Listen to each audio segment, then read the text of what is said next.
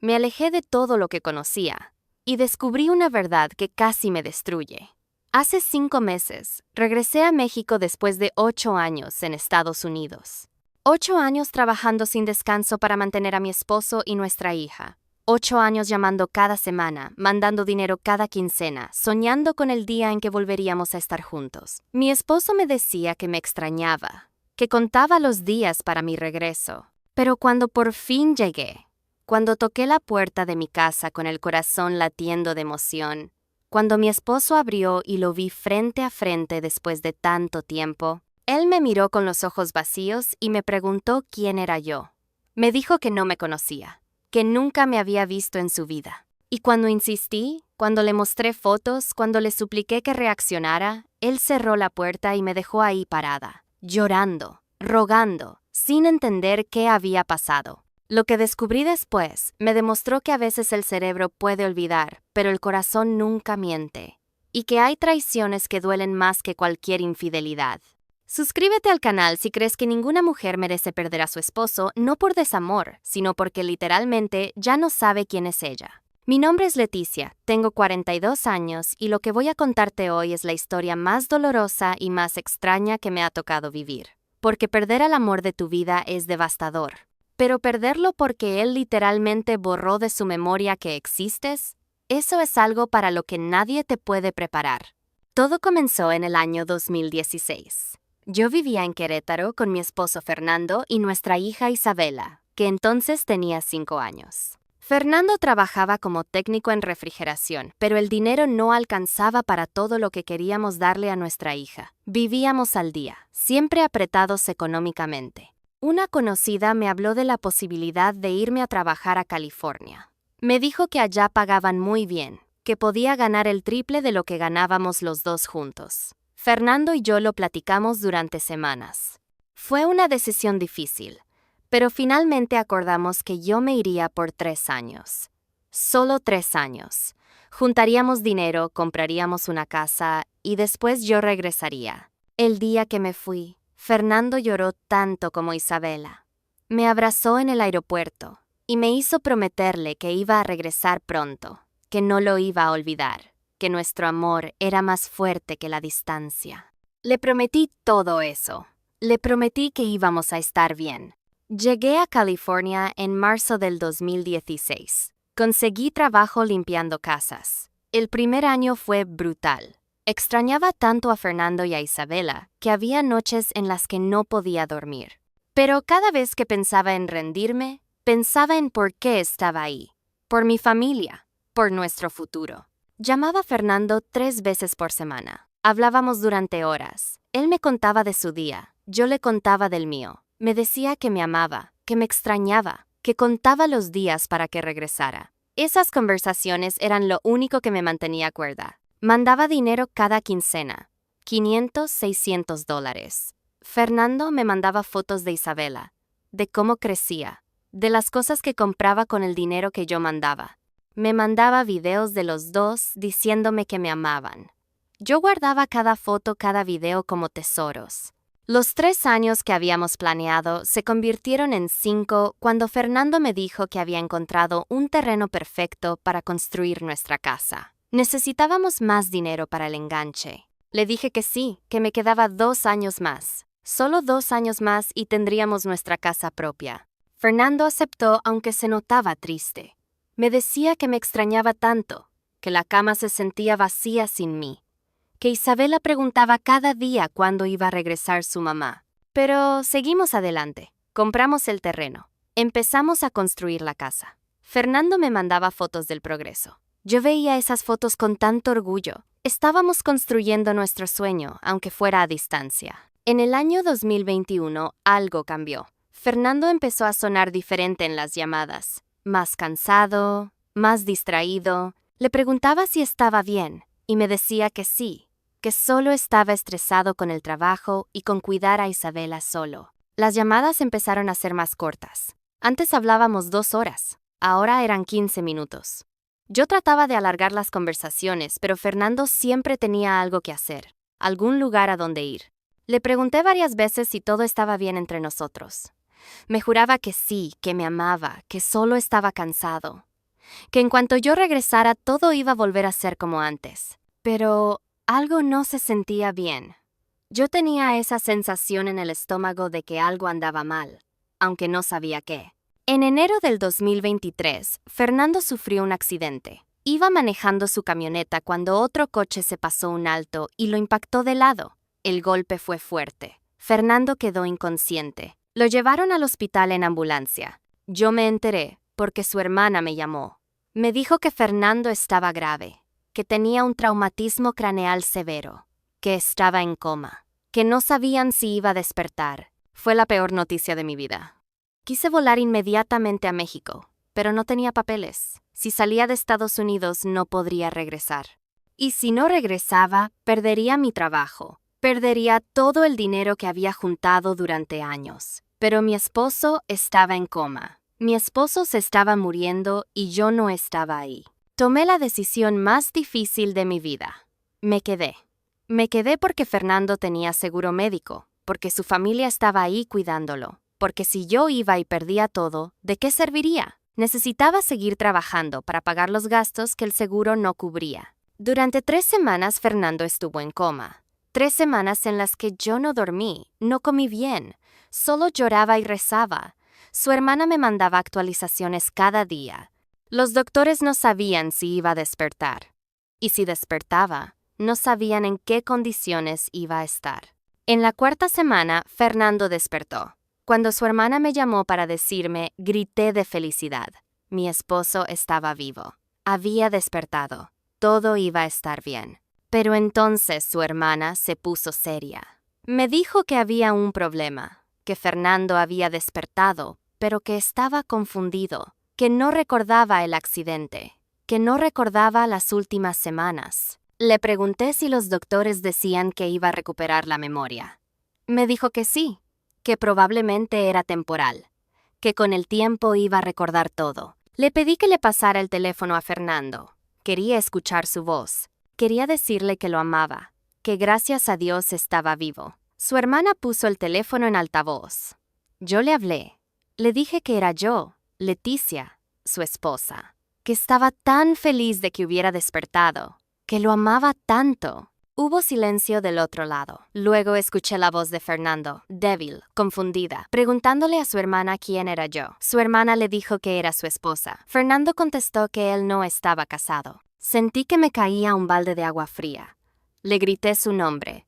Le dije que era yo, Leticia, su esposa de 15 años, la madre de su hija. Fernando seguía diciendo que no sabía quién era yo, que no estaba casado, que no entendía de qué hablaba. Su hermana me dijo que tenía que colgar, que Fernando estaba alterándose.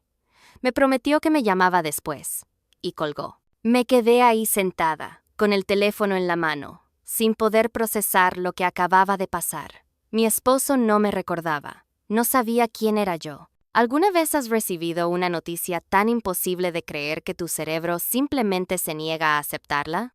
¿Has sentido que tu mundo entero se derrumba en un instante y no hay nada que puedas hacer para detenerlo?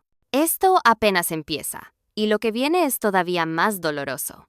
Suscríbete al canal si crees que el amor verdadero debería sobrevivir incluso cuando la memoria no lo hace. Los días siguientes fueron una pesadilla.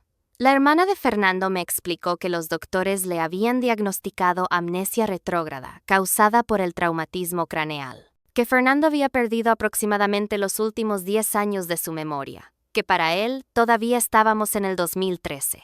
Recordaba su vida hasta ese punto, pero todo después estaba borrado. Eso significaba que no recordaba haberse casado conmigo. No recordaba que teníamos una hija. No recordaba los 8 años que estuve en Estados Unidos. No recordaba nada de nuestra vida juntos. Le pregunté a su hermana qué decían los doctores sobre la recuperación. Me dijo que era incierto. Algunos pacientes recuperaban su memoria gradualmente. Otros nunca la recuperaban. No había manera de saber qué iba a pasar con Fernando. Le supliqué que le mostrara fotos nuestras, videos, cualquier cosa que lo ayudara a recordar. Me dijo que lo estaban haciendo, pero que Fernando miraba las fotos como si fueran de un extraño. No reconocía a nadie, ni a mí, ni a Isabela. Isabela, mi hija. Mi pobre hija de 13 años tenía un papá que no sabía quién era ella. Su hermana me dijo que Isabela estaba devastada, que no entendía por qué su papá no la reconocía, por qué le preguntaba quién era cuando ella entraba a su cuarto del hospital. Yo también estaba devastada, pero estaba a miles de kilómetros de distancia, sin poder hacer nada más que llorar y esperar noticias. Fernando salió del hospital 3 semanas después. Su hermana me dijo que físicamente estaba bien, que se estaba recuperando del accidente, pero mentalmente seguía en el 2013. No había recuperado ni un solo recuerdo. Los doctores le explicaron su situación. Le dijeron que estaba casado, que tenía una hija, que su esposa estaba en Estados Unidos. Fernando escuchó todo esto como si le estuvieran contando la vida de otra persona. No le provocaba ninguna emoción, ningún recuerdo, nada. Su hermana me mandaba videos de él. Lo veía ahí, en nuestra casa, la casa que construimos con mi dinero, y no reconocía nada. Preguntaba de quién era esa casa, por qué estaba ahí. Su familia le explicaba que era su casa, que la había construido durante años. Fernando no lo creía. Pasaron los meses. Febrero, marzo, abril del 2023. Fernando no recuperaba la memoria. Seguía viviendo como si estuviera en el 2013. Su familia intentaba ayudarlo, mostrarle fotos, contarle historias. Nada funcionaba. Yo hablaba por teléfono con él cada semana, intentando que me recordara. Le contaba historias de cuando nos conocimos, de nuestra boda, de cuando nació Isabela. Fernando escuchaba educadamente, pero me decía que no recordaba nada de eso, que lo sentía mucho, pero que no sabía quién era yo. Era como hablar con un extraño que tenía la voz de mi esposo, pero que no era mi esposo, porque mi esposo me amaba, me conocía, me recordaba. Este hombre no. En junio del 2023, su hermana me llamó con noticias preocupantes. Me dijo que Fernando había conocido a alguien, una mujer que trabajaba en la tienda donde él compraba, que habían empezado a hablar, a salir, que Fernando parecía interesado en ella. Le grité que cómo era posible, que Fernando estaba casado, que yo era su esposa. Su hermana me dijo que ella lo sabía, que le había explicado eso a Fernando 1000 veces, pero que para Fernando él no estaba casado. En su mente, él era soltero, y que legalmente no podían obligarlo a no conocer gente. Le pregunté por Isabela. Me dijo que Isabela estaba destrozada viendo a su papá con otra mujer, que había intentado hablar con él, explicarle que ella era su hija, que yo era su esposa. Pero Fernando la veía con cariño, como vería a una niña cualquiera, pero sin ese amor de padre. Esa noticia me destruyó. No solo había perdido la memoria de mí, ahora estaba conociendo a alguien más. Estaba siguiendo con su vida sin mí, como si yo nunca hubiera existido. Tomé otra decisión difícil. Decidí regresar a México. Tenía que intentarlo en persona. Tenía que estar frente a él, mirarlo a los ojos, hacer que me recordara. No podía seguir a miles de kilómetros viendo cómo mi esposo se enamoraba de otra mujer. Pero había un problema. Yo no tenía papeles. Si regresaba a México, no podría volver a Estados Unidos. Perdería todo lo que había construido en 8 años. Pero ya no me importaba. Mi esposo me necesitaba aunque él no lo supiera. En agosto del 2023, arreglé algunos papeles que me permitirían viajar legalmente y regresar. Me tomó meses de trámites y mucho dinero, pero lo logré. Compré mi boleto para octubre. Durante esos meses, las cosas empeoraron. Su hermana me contaba que Fernando y esa mujer, que se llamaba Rocío, ya eran novios, que ella iba a la casa, que pasaba tiempo con él, que Fernando parecía feliz con ella. Le pregunté si Fernando sabía que seguía casado conmigo. Su hermana me dijo que sí, que ella se lo recordaba constantemente, pero que Fernando insistía en que no recordaba haberse casado, que no sentía nada por mí, que para él yo era una desconocida. Los doctores le habían explicado a Fernando que a veces las emociones y los sentimientos regresan antes que los recuerdos, que si pasaba tiempo conmigo, tal vez empezaría a sentir algo incluso sin recordarme. Fernando aceptó que cuando yo llegara, me daría una oportunidad, pero que no me prometía nada. Yo me aferraba a esa esperanza. Tal vez cuando me viera en persona, algo se activaría en su cerebro.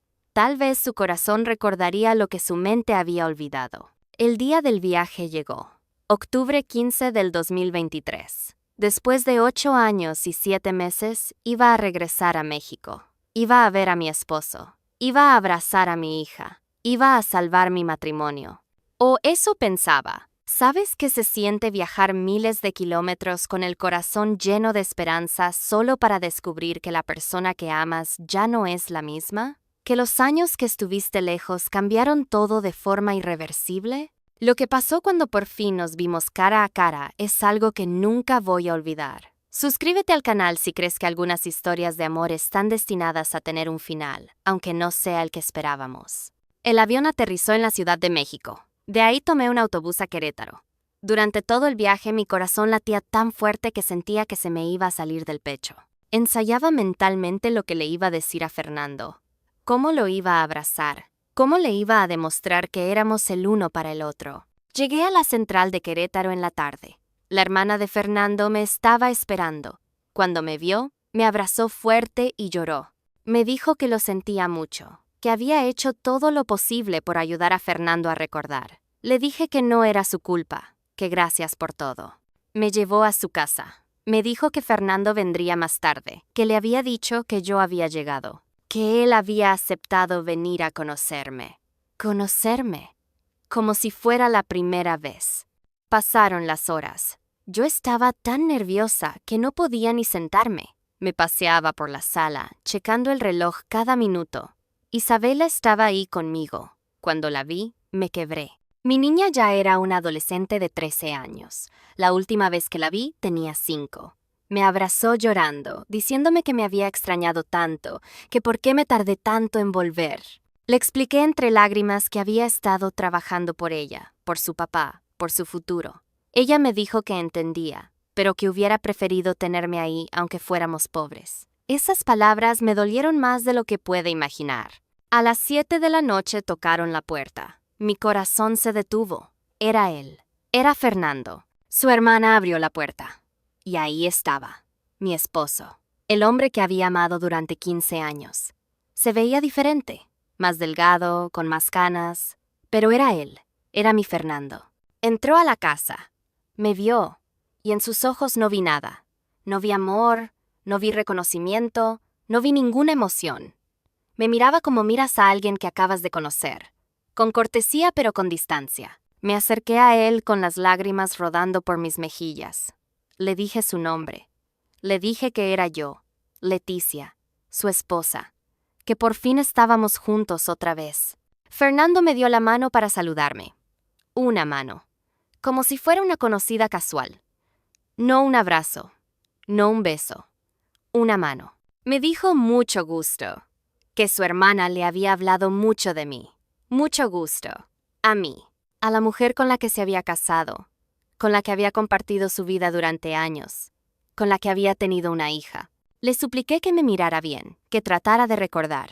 Fernando me miró a los ojos durante unos segundos. Luego negó con la cabeza diciendo que lo sentía, que no recordaba nada, que no sentía nada.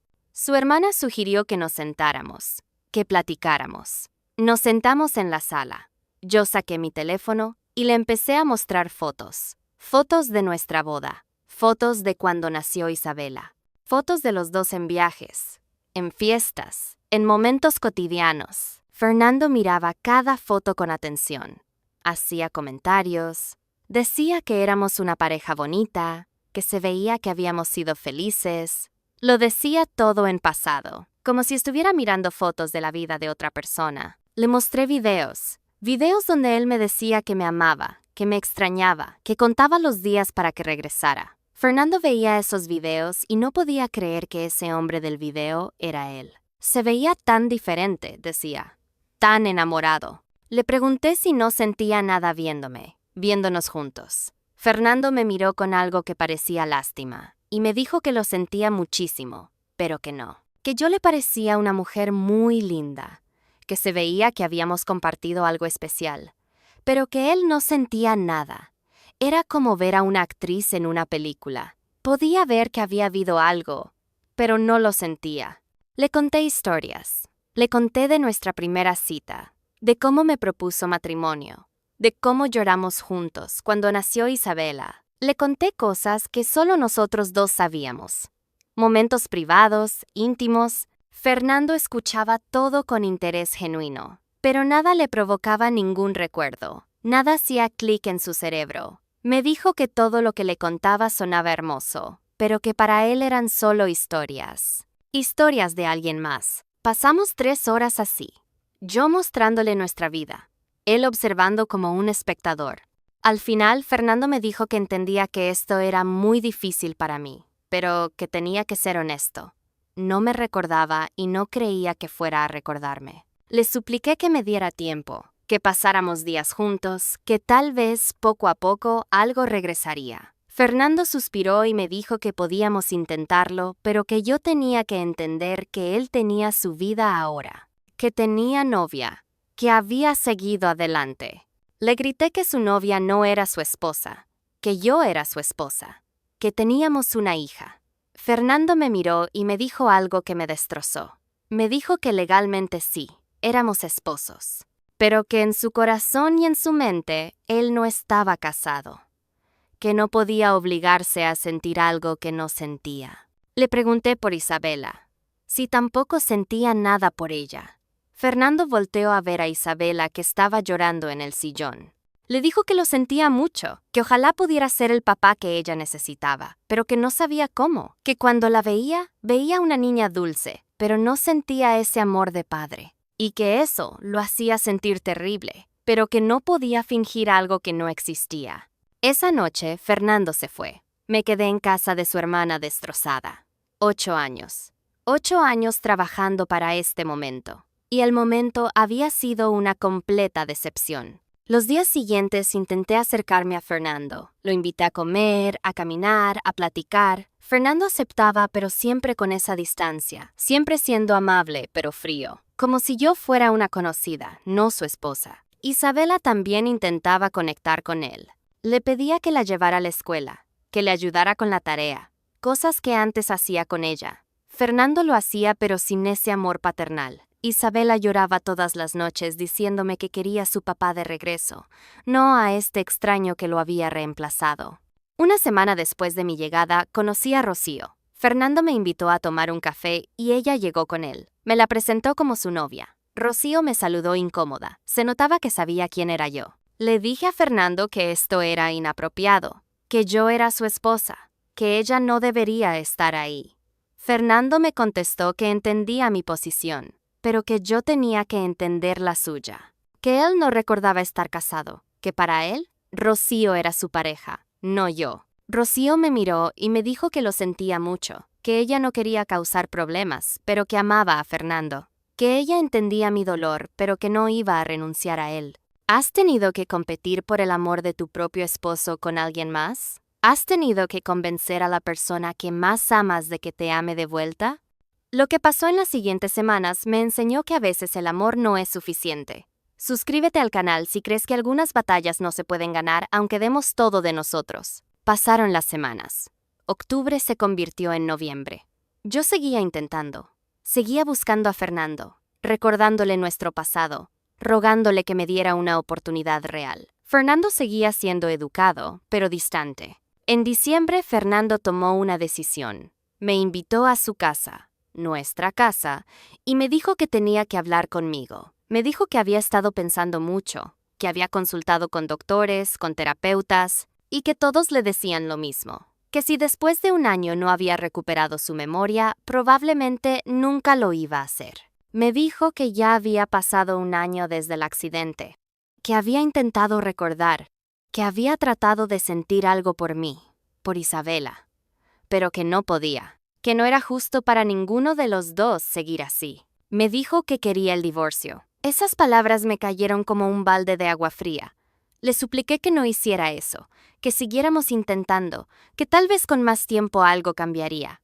Fernando negó con la cabeza. Me dijo que él quería seguir con su vida, que quería estar con Rocío oficialmente, que ella había estado ahí para él durante los momentos más difíciles del último año. Le grité que yo también había estado ahí, mandando dinero, preocupándome, llamando. Fernando me dijo que él no recordaba nada de eso, que para él esos 8 años en Estados Unidos no existían, que la única realidad que conocía era la de los últimos meses. Y en esa realidad, Rocío era la mujer que lo había acompañado, no yo. Le pregunté por la casa que construimos con mi dinero, con mi sacrificio de 8 años. Fernando me dijo que legalmente la casa estaba a nombre de los dos, que me iba a dar mi parte en el divorcio, pero que la iba a vender porque no quería seguir viviendo ahí.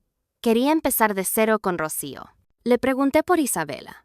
Me dijo que yo podía quedarme con ella, que él sabía que era mi hija, pero que él no sentía esa conexión, que iba a pasarle pensión alimenticia, que iba a cumplir con su obligación legal, pero que no podía fingir ser el papá que ella quería. Esa conversación terminó conmigo llorando en el piso, rogándole que no me hiciera esto. Fernando se agachó, me puso una mano en el hombro y me dijo que lo sentía de verdad, que ojalá las cosas fueran diferentes, pero que no podía vivir una vida que no sentía suya. En enero del 2024, Fernando inició los trámites de divorcio. Yo no quería firmarlo, pero mi abogada me dijo que no tenía caso pelear, que Fernando tenía todo el derecho de divorciarse, que por más injusto que fuera, él no podía ser obligado a estar en un matrimonio que no recordaba. El proceso tomó 4 meses. En mayo del 2024, nuestro divorcio se finalizó. 15 años de matrimonio borrados con una firma. Fernando se casó con Rocío 3 meses después. Isabela y yo no fuimos invitadas a la boda.